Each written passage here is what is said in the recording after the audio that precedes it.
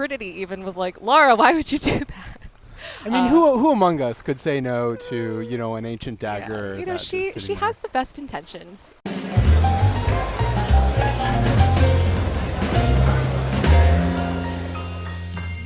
Hey everybody, welcome back to PlayStation Underground. You got Kristen and Zach here, and we are diving around literally in Shadow of the Tomb Raider out September 14th.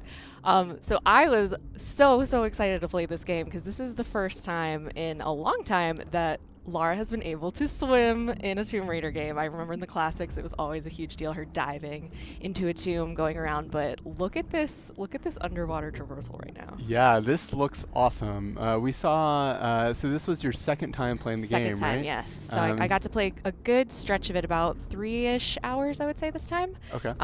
Get a little bit into the game, and Lara is definitely a Tomb Raider at this point. Like she knows what she's doing. She is surviving, and she's just like a predator hunting down Trinity right now, trying to continue to save the world.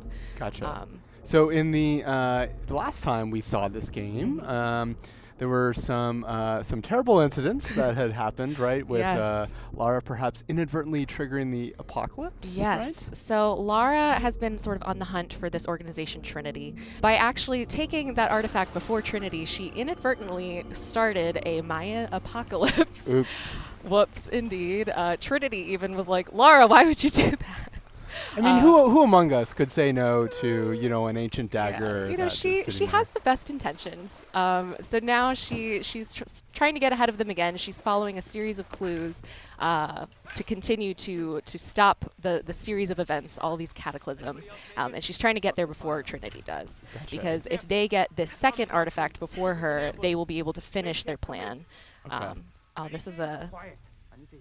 This is a great, cool sequence. Yeah, so this looks great. Last time we saw it, it was just like in a tomb, and you know, it looked very spooky and tomby. But this is the first of the jungle that we're seeing, right? Yeah, well, these are the jungles of Peru, and as you can see, Lara is using everything to her advantage. She can climb trees, she can swing from vines. Right, we just saw this rope takedown called the Eagle's Talon. There's a full set of skills that you can start to build out where she's using the environment to her advantage. And as you can see, it's to chilling effects. These guys are like, who is there? Yeah. God, it looks amazing. What are they so afraid of? They're afraid of you, Lara. But yeah, she definitely has grown a lot throughout the series. You know, in this sort of rebooted trilogy, you know, she started out as this unsuspecting college, you know, graduate. She didn't really know much about this side of the world.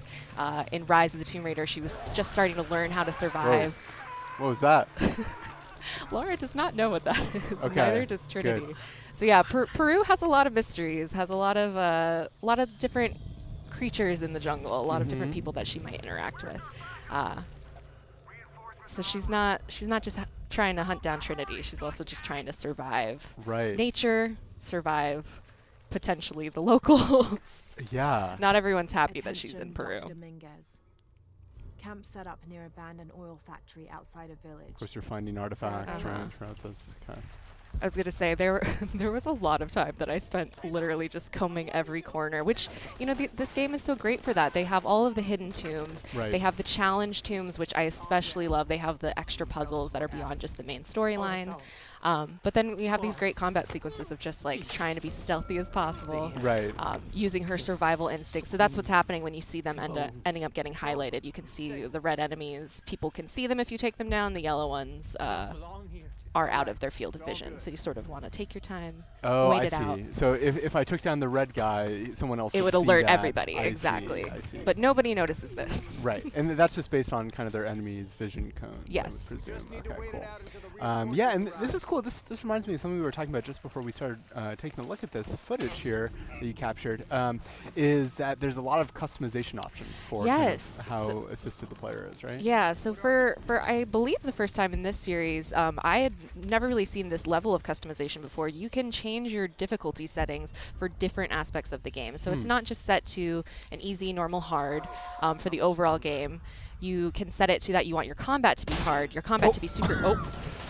Not a silencer. Mistakes were made. I think what happened actually is that he had heavier armor, so the shot hit his helmet.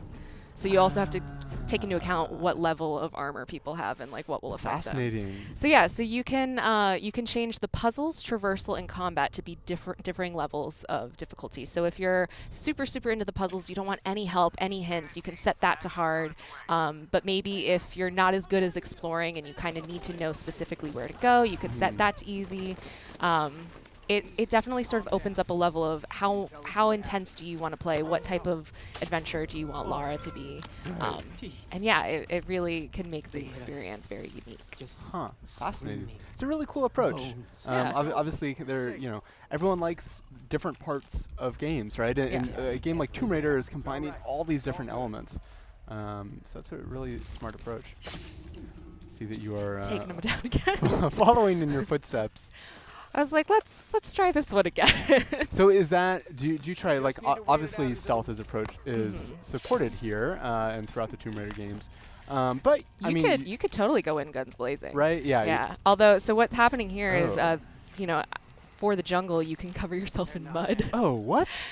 So that's what Laura just did. She found a pool of mud. She just covered herself in it. It's now going to help her be a little bit harder to see. Huh. So if she were to jump in front of that guy, it might take him a little bit longer to notice her there. Oh, wow. That is really cool. It reminds me perhaps of some classic PS3 games involving eating snakes. What are these things? God, wow, look at that. Oh, I loved this rope mechanic. I can see. I was like, let me climb into every tree to take these guys down. It's a very showy, it reveals a very confident side of Lara. These. And I mean that's what she is at this point. She's not afraid of Trinity. She knows what she has to do. She knows that she has to get there before they do, or literally people will die. Right. So this is another moment of these guys are heavily armored. How am I going to do this? They can all see each other. Perhaps that bottle. Perhaps these bottles are helpful. Be of assistance. It is almost over. But of course, you don't have to be stealthy if you don't want to. Right. But that's definitely how I play these games. I try and use the bow and arrow as much as possible. Oop. Yeah. Nice. God. And they saw me. Uh-oh. Nice. Run. So you also, of course, you can heal yourself, but there is another perception meter that you can set for yourself that by taking in certain herbs or eating certain berries, it will open up your perception to your predators. So I didn't use it, ended up using it here, but when you're hunting animals, if you're fighting animals, if you just eat some of that really quick, it can sort of heighten your senses, and you'll be a little bit more aware of what is stalking you. Gotcha. Right. Hunting and kind of crafting upgrades, of course, a big part of the previous games would presume that's also in here. Exactly. Since we are in the jungle. So we're just seeing kind of a brief selection of everything that you played, but you played the game for 4 hours, right? I did, yeah. And Lara definitely is going on a journey. She's with her friend Jonah. This is a different section of the game. We're going to see a short little cinematic here of one of the other predators that Lara will end up running into. But Lara's with her friend Jonah. They're both working to stop Trinity. Jonah. Oh my God. That's not good. Lara's like, oh no. Yeah. Uh-oh. Jaguars of Peru. Speaking of predators. I was going to say, this is, in the previous 2 games, Lara would frequently come into contact with packs of wolves. She's sort of used to fighting really quickly, but, jaguars are very quick, very agile. It's going to take a different skill set to fight them. Interesting. So she's gonna have to take that on. So right now she's currently trying to find Jonah again. Their plane might have gone down. Whoa. So they've been briefly separated, but Jonah has sort of been this ally and friend to Lara throughout the series. He's an adventurer like her. He's always been a supportive character, and especially in this game, when Lara is in the mindset of go, I have to stop Trinity, I have to do anything to make sure I save the world. Jonah's sort of being like, let's stop, let's take a deep breath and consider our options while we go into this. Are people getting hurt along the way? Was there a better way we could have done this? Should you maybe not have grabbed that artifact that potentially started this apocalypse? Right. So she's sort of starting to have to rethink about the consequences of her actions, and while she does have good intentions, is it better to maybe go about it in a different way? Huh. That's really cool. I'm glad that they're exploring that angle of Lara's story, because you know, obviously we see her evolving quite a bit from the earlier part of the trilogy, as far as kind of like how she's interacting with enemies and how she's traversing the world. But to see her also maybe starting to at least consider taking steps on kind of an intellectual level or an empathetic level is really compelling, because obviously, you know, like, there can be, you know, Lara does a lot of good, but there can also be byproducts of stealing artifacts. Yep. So this is one of those Jaguar encounters. So what ends up happening here is it's usually in a space that isn't just part of the regular environment. So you sort of have to take a look around. So in this one, there wasn't really any trees that I could climb, but there was another encounter later on where it strongly encouraged you to use trees. Okay. The Jaguar is absolutely going to move in and out and sort of stalk you and come out and surprise you. So you really have to be paying attention, listening for what direction it's going to come from. If you have those perception berries to eat, you could potentially use those. But So how many encounters with Jaguars did you have? I ended up having 2. Okay. And they so it seems like those are kind of like a little, those are distinct from, even though you kind of met them in kind of the not, it's obviously not an open world game, but kind of like in kind of the explorable spaces that the actual combat takes place in a distinct area. Got it. Nailed them. Man. All right. Well, Shadow of the Tomb Raider is going to be coming to PS4 on September 14th. I'm so excited. I can't wait to continue on Lara's journey. Me neither. Thanks for showing me this. Thank you, Zach. Not much longer to wait. I know. All right. We'll see you next time on PlayStation Underground. See ya.